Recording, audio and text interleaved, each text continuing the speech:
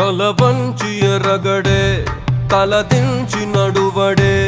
తల పడితే వదలడే తన పేరు విజయుడే